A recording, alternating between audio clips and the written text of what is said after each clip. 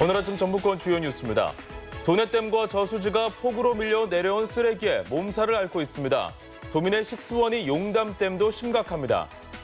버스 정류장이 예술 공간으로 꾸며지고 있습니다. 하지만 예산이 몰리면서 열악한 정류장 개선이 요원해지고 있습니다. 맑고 선선한 완연한 가을 날씨가 찾아왔습니다. 하지만 하루 10도 이상 일교차가 벌어져 건강관리에 주의가 요망됩니다. 여러분 안녕하십니까? 전주 MBC 뉴스투데이입니다. 쓰레기로 몸살을 앓는 금강 하구 상황 며칠 전 보도해드렸었죠.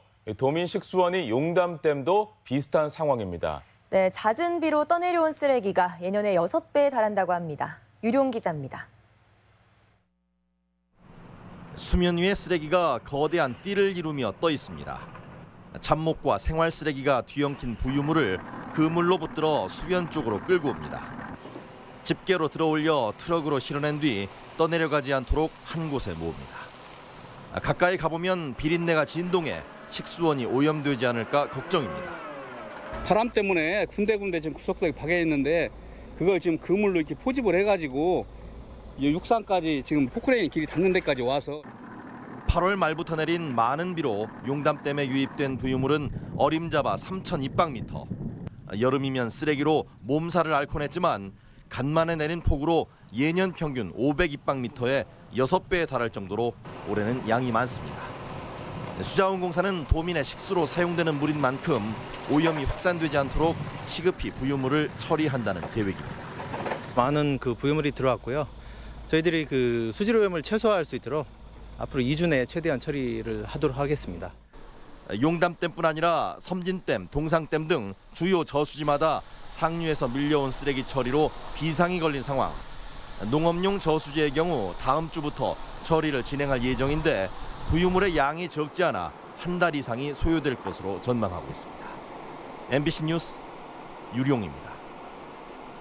전주 시내 버스 정류장이 특색 있는 예술 공간으로 꾸며지면서 시민들 반응이 좋습니다. 하지만 여전히 열악한 승강장이 많아 효율적인 예산 집행이 요구되고 있습니다. 이경희 기자입니다. 딸과 자신을 토끼 형상에 담아온 송지호 작가의 작품이 버스 정류장에 등장했습니다. 설렘을 안고 역에서 내린 관광객들은 여행 가방 형태의 정류장을, 한옥마을에서는 조선의 어진 행렬을 역시 정류장에서 만날 수 있습니다. 각각의 테마를 담은 특색 있는 정류장이 전주 시내에만 28곳으로 지루한 도심에 생기를 불어넣고 있습니다. 볼 수 있어서 그냥 가만히 있는 것보다 이거 보고 감상하는 것도 참 좋더라고요. 그리고 너무 잘 돼 있어요. 예술인들과 함께 정류장을 지붕 없는 미술관으로 조성해온 전주시는 앞으로도 100여 곳 이상 이색 정류장을 늘려나갈 방침입니다. 하지만 전주 시내에는 대기시설이라 부르기에도 민망한 열악한 정류장이 수두룩합니다. 전주 시내 1,142개 정류장 중 무려 33.5%인 383곳이 지붕조차 없습니다. 승강장 예산이 매년 늘어나는 것도 아닌데 개당 5천만 원이 드는 정류장에만 예산이 몰리는 겁니다. 주민들이 사실 유계승강장을 많이 요구를 합니다. 그래서 1차적으로 저희들 생각할 때는 유계승강장을 점차적으로 다 해야 된다는 생각을 가지고 있고요. 아름다운 도시 디자인은 시민들에게 전에 없던 여유를 가져다 줄 수 있지만 소외받는 정류장을 없애는 균형 있는 행정도 필요해 보입니다. MBC 뉴스 이경입니다. 예산 확보로 소하천 정비 사업이 속도를 낼 전망입니다. 전라북도는 내년 소하천 정비 사업 국가 예산으로 지난해보다 124억 원 증가한 358억 원을 확보했다고 밝혔습니다. 현재 도내 소하천 정비율은 40%로 전국 평균인 47%보다 낮은 수준이어서 이번 예산 확보가 소하천 정비율을 3%가량 끌어올리는 데 도움이 될 전망입니다. 태풍과 집중호우가 지나가고 어느덧 가을이 성큼 다가왔습니다. 선선한 날씨 속에 농촌에서는 수확에 여념이 없고 유명산은 등산객의 발길이 이어졌는데요. 완연한 가을 날씨는 당분간 계속될 전망입니다. 보도에 강동혁 기자입니다. 봉지를 벗기자 노란 빛깔의 탐스럽게 익은 배가 모습을 드러냅니다. 가지마다 주렁주렁 매달려 수확의 계절이 다가왔음을 말해줍니다. 태풍과 기록적인 폭염으로 수확량은 줄었지만 고난을 이겨낸 값진 결실에 농부의 마음은 흐뭇합니다. 이게 배가 손이 100번 간 손이에요. 100번 갔는데 이게 얼마나 맛도 있고 이게 잘 농사가 잘 됐어요. 태풍도 무난히 지나갔으니까. 청명한 하늘 아래 산을 찾는 등산객의 발길도 하루 종일 이어졌습니다. 선선한 바람을 맞으며 정상을 향해 걷다 보면 발걸음도 가벼워지고 표정도 한결 여유로워 보입니다. 성큼 다가온 가을이 반갑기만 합니다. 요 며칠 전만 해도 날씨가 너무 더워가지고 숨이 꽉 막혔는데 여기 올라오니까 바람도 시원하고 공기도 맑고. 전라북도 지방은 당분간 완연한 가을 날씨를 보이겠습니다. 대체로 맑은 가운데 낮 기온이 평년 수준인 26도 안팎에 머물러 선선하겠고 미세먼지 농도도 보통 이상을 유지하겠습니다. 한반도가 고기압 영향권에 들어선 가운데 북서쪽에서 찬 공기가 유입되면서 맑고 선선한 날씨가. 하지만 아침 저녁으로 기온차가 10도 이상 크게 벌어질 것으로 보여 노약자의 경우 건강관리에 유의가 필요합니다. MBC 뉴스 강동엽입니다. 도심 하천에서 반딧불이를 만날 수 있는 탐방 행사가 열립니다. 전주시는 인터넷 신청을 접수해 오는 14일부터 사흘간 완산 체련공원과 삼천 상류 일대에서 오후 5시 30분부터 3시간 동안 해설과 함께 늦반딧불이를 관찰하는 기회를 제공한다고 밝혔습니다. 삼천 상류 일대에는 2013년부터 늦반딧불이 서식지가 복원돼 일일 최대 1000여 마리의 늦반딧불이가 관찰되고 있습니다.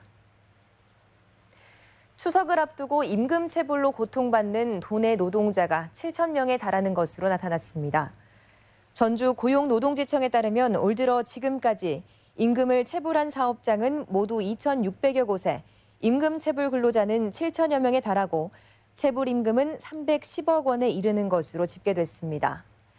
노동지청은 금액과 체불 인원이 많은 사업장을 대상으로 추석 전 현장 지도에 나서는 등 체불 해결에 적극 나설 예정입니다.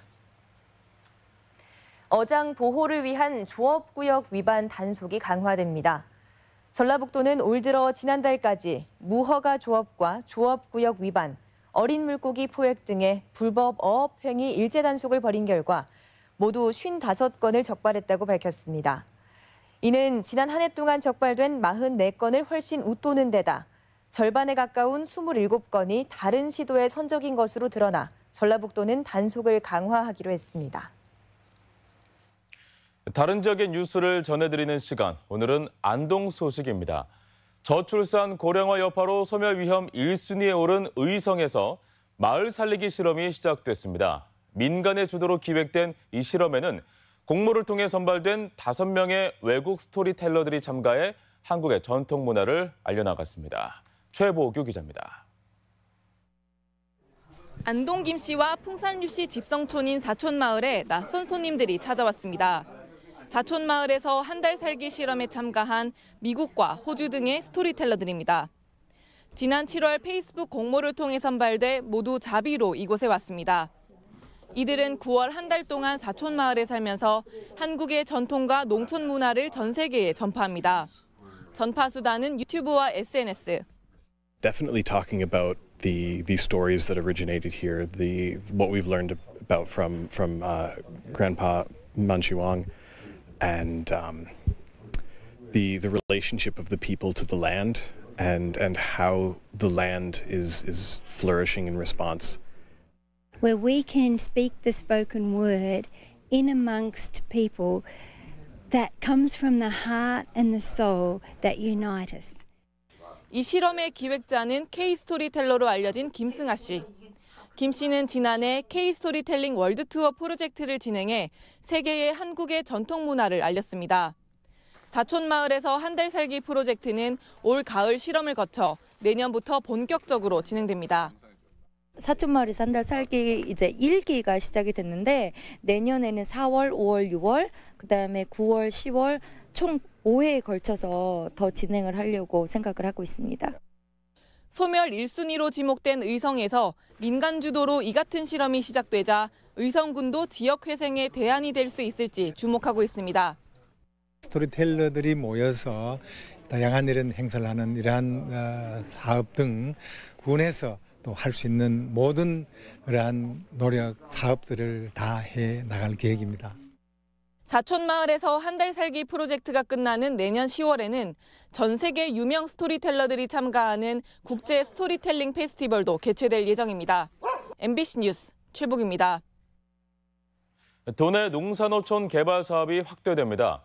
전라북도는 정부에서 주관하는 내년도 일반 농산어촌 개발 사업 공모 결과 6개 분야 78개 지구에 1,500억 원이 넘는 사업비를 확보해 전년 대비 200억 원 증가했다고 밝혔습니다. 해당 사업비로는 농촌 중심지 활성화와 마을 만들기 사업, 농촌다움 복원, 농촌형 공공임대주택 사업 등이 추진될 예정입니다. 남원의 대규모 관광단지가 조성됩니다. 전라북도는 신한레저가 1,900억 원을 투자해 오는 2022년까지 남원 대산면 79만 제곱미터의 남원 드래곤 관광단지를 조성하는 계획을 승인했다고 밝혔습니다. 남원 드래곤 관광단지에는 워터파크와 가족 호텔, 골프장 등이 들어설 예정이어서 동부 산악권 관광에도 활성화가 기대됩니다. 국제특송 물류비 지원 사업에 대한 중소기업의 관심이 높습니다. 전북지방우정청에 따르면 올 들어 지금까지 도내 220개 중소기업이 모두 6천여 건의 국제특송 서비스를 이용해 이용료의 40%인 1억 7천만 원가량을 감면받은 것으로 집계됐습니다. 도내 중소제조업체면 해외 바이어 등에게 보내는 제품의 국제특송 서비스 이용료를 감면받을 수 있는데 월 100만 원, 연간 500만 원 한도입니다.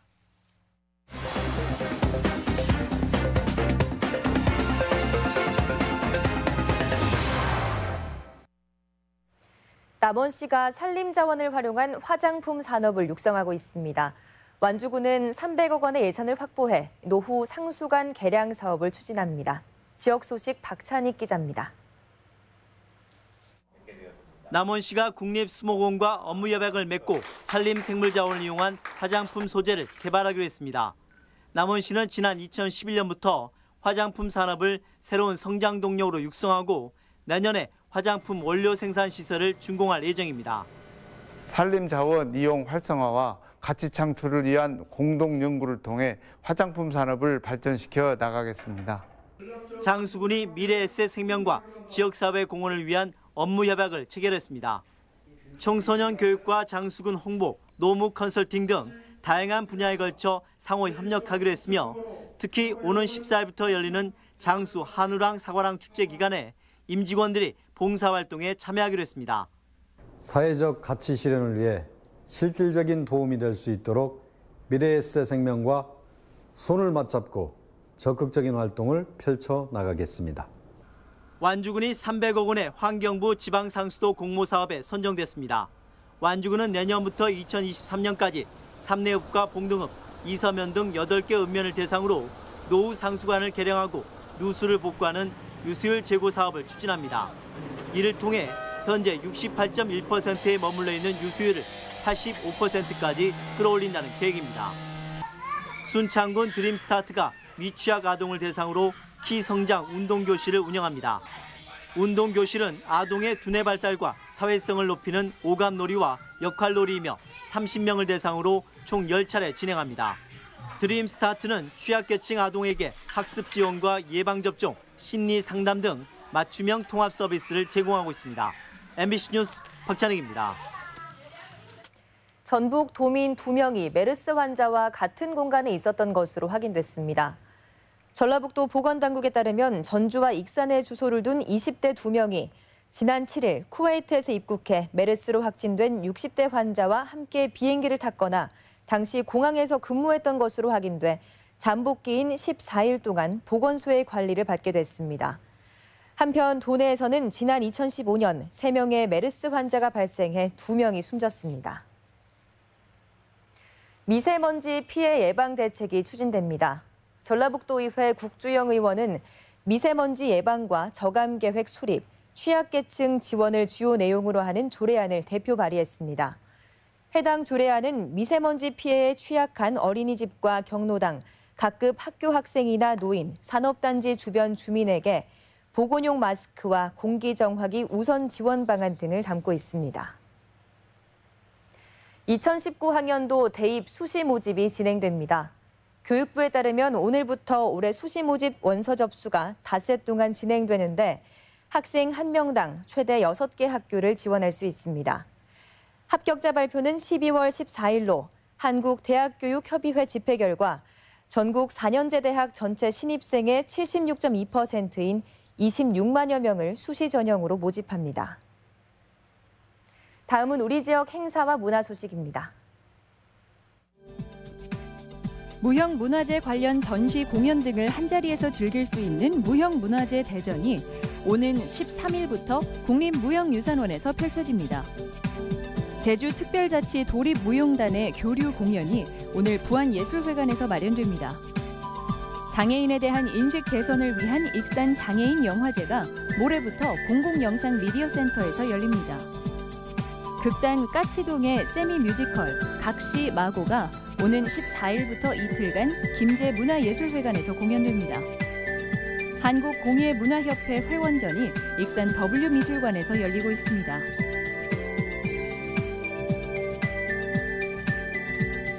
군산 시간여행축제가 오는 14일부터 4일간 근대 역사박물관과 시간여행마을 일원에서 개최됩니다. 독서 출판문화축제인 전주 독서대전이 오는 14일부터 16일까지 전주 한옥마을 일대에서 펼쳐집니다. 전라북도 국제교류 페스티벌이 15일과 16일 한국소리문화의 전당 일대에서 열립니다. 정읍 고택에서 즐기는 축제가 오는 14일과 15일 고택문화체험관 등지에서 열립니다. 장수군의 특산품인 한우와 사과를 주제로 하는 축제가 14일부터 4일간 의암공원 등지에서 개최됩니다.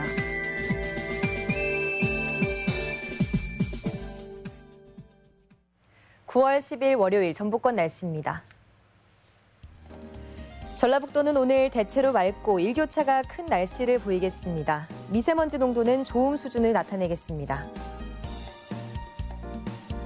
지역별 오늘 최고 기온입니다. 전주 28도, 완주 27도, 동북권은 무주 25도, 장수 24도, 서해안권은 부안 28도, 군산 27도 등을 기록하겠습니다. 바다의 물결은 서해남부 앞바다에서 0.5에서 1.5m, 먼바다는 최고 2.5m까지 일겠고 13일까지 바닷물의 높이가 높아 해안가 저지대는 침수 피해에 주의가 요구됩니다.